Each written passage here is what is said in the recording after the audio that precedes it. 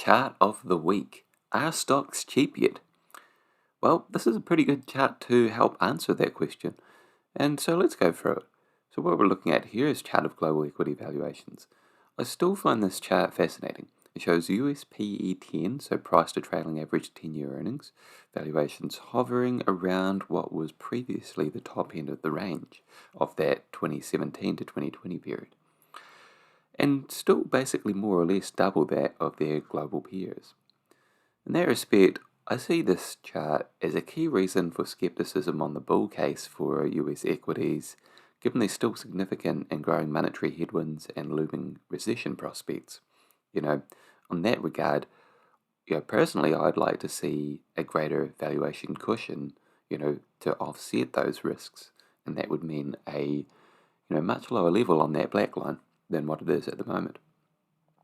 But other than the USA, emerging markets, so the red line in this chart, have come down slightly, but likewise their PE10 ratio as a group has not yet made a cathartic plunge as it, for example, did, and also the rest of them did in 2020. And on that note, I'll include a link in the description there for a worked example of that in my March 2020 post, which was called Global Equities, Generational Buying Opportunity Emerging. Very different situation back then.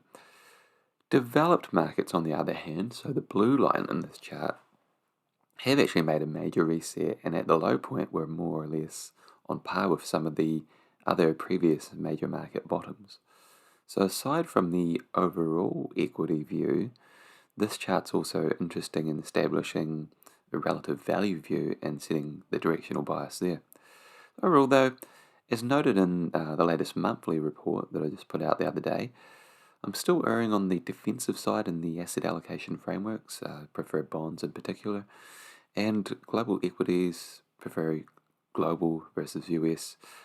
But I'd say it's still quite interesting to note how different the situation it is now going into 2023 versus where things were sitting in late 2021 or even earlier this year. So very much an interesting chart to have on the radar and to keep updating, really. And the key point overall is that US equities are not cheap, but developed ex-US are. So if you enjoyed this free chart of the week, be sure to subscribe to the channel. Also head over to topdowncharts.substack.com and subscribe to the free chart of the week there so that you do not miss out on any of these interesting weekly charts.